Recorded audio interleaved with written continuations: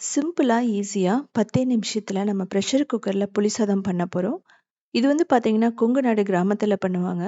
So இந்த சிச்சுவேஷன்ல நீங்க ரொம்ப நேரம் கேஸ் வந்து எரிய வேணாம் அப்டின்னா, கண்டிப்பா இத மாரி ட்ரை பண்ணி பாருங்க. ரொம்ப சூப்பரா இருக்கும். இதோட சேர்த்து உருளைக்கிழங்கு வறுவல் நல்லாயிருக்கும். இதுக்கு 2 கப் நம்ம ரைஸ் எடுத்துக்கலாம். நீங்க சோனா மசூரி, பொன்னி ரைஸ் எது வேணாலும் நீங்க எடுத்துக்கலாம். கொல்லம் ரைஸுமே ரொம்ப நல்லாயிருக்கும். முதல்ல இத நல்லா வாஷ் பண்ணிக்கணும். ஸோ இத நல்லா வாஷ் பண்ணிட்டீங்க அப்படின்னா, அதனோட ஸ்டார்ச் போயிடும். அப்போ குழைய வராது.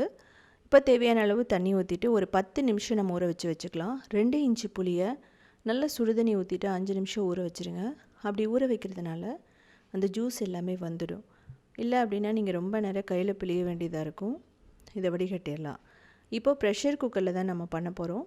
இதுக்கு 2 டேபிள் ஸ்பூன் நல்லெண்ணெய் ஊற்றிக்கலாம். யூஸ்வலாக கொங்கு நாடு கிராமத்தில் நல்லெண்ணெய் தான் யூஸ் பண்ணுவாங்க. இதில் கடுகு, கடலைப்பருப்பு, உளுத்தம்பருப்பு, அதுக்கப்புறமா நிலக்கடலை இதெல்லாம் போட்டு நல்லா ரோஸ்ட் பண்ணணும். அந்த நிலக்கடலை வந்து பார்த்திங்கன்னா நல்லா வறுபடணும். இப்போது வரமிளகாய், பூண்டு, கருவேப்பிலை இதெல்லாம் போட்டு நல்லா ரோஸ்ட் பண்ணிக்கலாம். பூண்டு வேணான்னா ஸ்கிப் பண்ணிடலாம். பட் யூஸ்வலாக கிராமத்தில் போடுவாங்க. ஒரு சில டைமில் இஞ்சியும் கூட சேர்த்து போடுவாங்க. இப்போ வந்து நான் பெரிய வெங்காயம் போட்டிருக்கேன். ஒரு பெரிய வெங்காயத்தை ஓரளவுக்கு தின்னாக ஸ்லைஸ் பண்ணி போட்டுக்குங்க. இல்லை அப்படின்னா சின்ன வெங்காயம் ஒரு 1/2 கப் போட்டுக்கலாம். சின்ன வெங்காயமே வந்து பார்த்திங்கன்னா ஃப்ளேவர் ரொம்ப சூப்பராக இருக்கும். ஸோ சின்ன வெங்காயம் வந்து பார்த்திங்கன்னா ஃப்ளேவர் நல்லாயிருக்கும். இப்போது உப்பு தேவையான அளவு போட்டுக்கலாம். வெந்தயப்பொடி 1 டீஸ்பூன், பெருங்காயம் 1 டீஸ்பூன் போடணும். ஸோ நல்லா ரோஸ்ட் பண்ணணும். உங்களுக்கு அந்த வெங்காயத்தோட கலர் மாறும். ஸோ இதில் வந்து பார்த்திங்கன்னா பச்சை மிளகாய் போட்டாலுமே உங்களுக்கு நல்லாயிருக்கும் ஃப்ளேவர். இப்போது மஞ்சள் தூள், மிளகாய்த்தூள், குழம்பு மிளகாய்த்தூள், கொத்தமல்லி தூள் ரொம்ப ரொம்ப முக்கியம். அந்த குழம்பு மிளகாய்த்தூள், அந்த மிளகாய்த்தூள் அப்படிங்கிறது என்ன அப்படின்னா நார்மல் மிளகாய்த்தூள் மாதிரி தான். ஆனால் கிராமத்தில் வந்து ஒரு சில பொருட்களை நல்லெண்ணெயில் வறுத்து அதுக்கப்புறம் பண்ணுவாங்க. விளக்கெண்ணெயில். இப்போது ஊற வச்ச அரிசி வந்து நம்ம போட்டுருவோம். போட்டுட்டு இதையுமே வந்து நல்லா ரோஸ்ட் பண்ணணும். இதுக்கெல்லாமே வந்து பார்த்திங்கன்னா உங்களுக்கு 1 நிமிஷம் தான் ஆகும். யூஸ்வலாக கொதித்து வரும்போது ரைஸை போடுவோம்.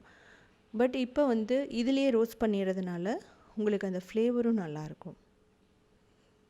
நம்ம பருப்பு சாதம் பண்ணுற மாதிரியே தான். ஸோ இதில் வந்து பார்த்திங்க அப்படின்னா ஜீரா ரைஸ் எல்லாம் ஆட் பண்ணிடாதீங்க.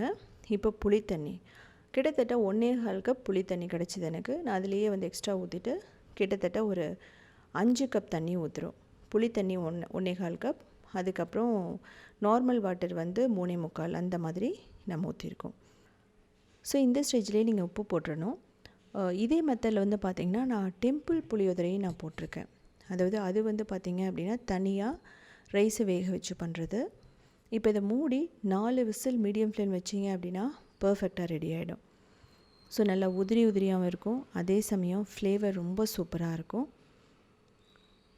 ஸோ இதோடு சேர்த்து நீங்கள் என்ன பண்ணலாம் அப்படின்னா தயிரும் வச்சு சாப்பிட்லாம். தயிருக்குமே நல்லாயிருக்கும். ஸோ இதே மாதிரி சிம்பிளான யூனிக்கான ரெசிபீஸ் வேணும்னா நீங்கள் உத்தமி கிச்சனை ஃபாலோ பண்ணலாம். க்ரியேட்டிவ் வேர்ல்டுன்னு இன்னொரு சேனலுமே இருக்குது. அதுலேயுமே 2000 ரெசிபீஸ் இருக்குது. அது மட்டும் இல்லாமல் சவுத் இண்டியன் ஃபுட்ஸ்.inங்கிற வெப்சைட்டையுமே 19 இயர்ஸாக ரன் பண்ணுறோம். அதுலேயுமே கிட்டத்தட்ட 8000 ரெசிபீஸ் இருக்குது. எல்லாமே சிம்பிளான வெஜிடேரியன்.